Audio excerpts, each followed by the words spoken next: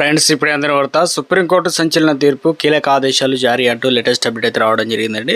So ఆ వివరాలు ఏంటనేది కూడా వీడియోలో తెలుసుకుందాం. వీడియోని చివరి చూడండి, అర్థమవుతుంది. మరోసారి ఛానల్ వస్తే తప్పకుండా సబ్స్క్రైబ్ చేసుకోండి. చూస్తున్నారు కానీ లైక్ చేయడం మర్చిపోతున్నారు, లైక్ చేయండి. వివరాలకి అయితే వెళ్ళిపోదామండి. ఎందుకంటే దేశంలోనే రిజర్వేషన్ల ఫలాలు అందుకొని సామాజికంగా ఆర్థికంగా అత్యున్నత స్థాయికి చేరిన కుటుంబాలు తరతరాలుగా అదే కోటాను ఆశించడం పైన భారత అత్యున్నత న్యాయస్థానం సుప్రీంకోర్టు తీవ్ర అభ్యంతరం వ్యక్తం చేసింది. ఎందుకంటే తల్లిదండ్రులు ఇద్దరు ఐఏఎస్ అధికారులై ప్రభుత్వ సర్వీస్లో ఉంటూ సమాజంలో పూర్తి స్థాయిలో స్థిరపడినప్పుడు ఇక వారి పిల్లలకు రిజర్వేషన్ కోటా ఎందుకు అని సుప్రీంకోర్టు సంచలన ప్రశ్నలు చేసిందనమాట. వెనుకబడిన వర్గాల్లో క్రిమిలేయర్ ధనిక ఉన్నత శ్రేణి పరిమితులు రిజర్వేషన్ల మినహాయింపు పైన దాఖలైన పిటిషన్లు విచారించిన justice B Nagarathnam, justice Ujjal భుయాన్లో తొక్కున్న ధర్మాసనం శుక్రవారం మే 22 కీలక వ్యాఖ్యలు చేసిందనమాట. ఏం చెప్పారంటే, విచారణ సందర్భంగా జస్టిస్ బివి నాగరత్నం మాట్లాడుతూ విద్య ఆర్థిక సాధికారత ద్వారా సమాజంలో ఒక ఉన్నత స్థాయి లభిస్తుందని తెలియడం జరిగింది. రిజర్వేషన్ల ద్వారా ఒకసారి సమాజంలో గరిష్ట స్థాయికి చేరుకున్నాక కూడా మళ్ళీ వారి పిల్లల కోసం కోటాను ఆశించడం సరికాదని స్పష్టం చేశారు. ఇలాగైతే మనం రిజర్వేషన్ల వ్యవస్థ నుంచి ఎప్పటికీ బయటపడలేమని, ఈ అంశాన్ని తీవ్రంగా పరిగణించాల్సి ఉందని చెప్పేసి వ్యాఖ్యానించారు. ఒక వ్యక్తికి సామాజికంగాను విద్యాపరంగా వెనుకబడి ఉండవచ్చని, కానీ రిజర్వేషన్ల ప్రయోజనం పొందిన తల్లిదండ్రులు ఉన్నత స్థానాల్లో వెళ్ళినప్పుడు వారి పిల్లల పరిస్థితి మారుతుందని, ఇక్కడ ఒక సమతుల్యత అవసరమని కోర్టు అనేది స్పష్టం చేసింది.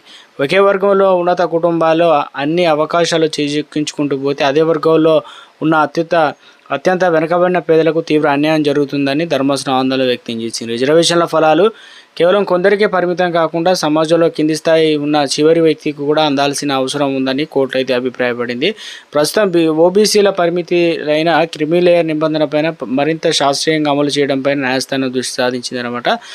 1992 నాటి చారిత్రాత్మక ఇంద్ర సాహ్ని కేసులో సుప్రీంకోర్టు ఓబీసీలకు సంబంధించి 27% రిజర్వేషన్లు సమర్థిస్తూనే వారిలో క్రిమిలేయర్ వర్గాలను మినహాయించాలని స్పష్టం చేసింది.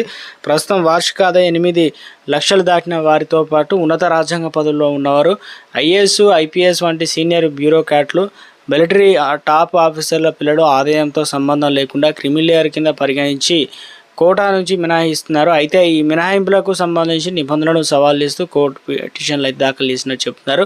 కేంద్రానికి నోటీసులు అన్నమాట. సామాజికంగా మరియు విద్యాపరంగా అభివృద్ధి చెందిన కుటుంబాల పిల్లలకు రిజర్వేషన్లు కొనసాగింపు పైన లేవనెత్తినటువంటి ఈ అంశానికి సంబంధించి అత్యంత కీలకమైనదిగా సుప్రీంకోర్టు అయితే గుర్తించింది. ఈ కేసులో తదుపరి విచారణ నిమిత్తం సుప్రీంకోర్టు కేంద్రానికి, ప్రభుత్వానికి, ఇతర సంబంధిత వర్గాలకు నోటీసులు అయితే జారీ చేస్తూ తదుపరి విచారణ వాయిదా వేసింది. అంటే ఐఏఎస్ పిల్లలకు కూడా తల్లిదండ్రులు ఐఏఎస్ అయిన పిల్లలు కూడా మళ్ళీ వర్తించాలనే విధంగా సుప్రీంకోర్టు సంచలన తీర్పు అయితే ఇచ్చిందనమాట.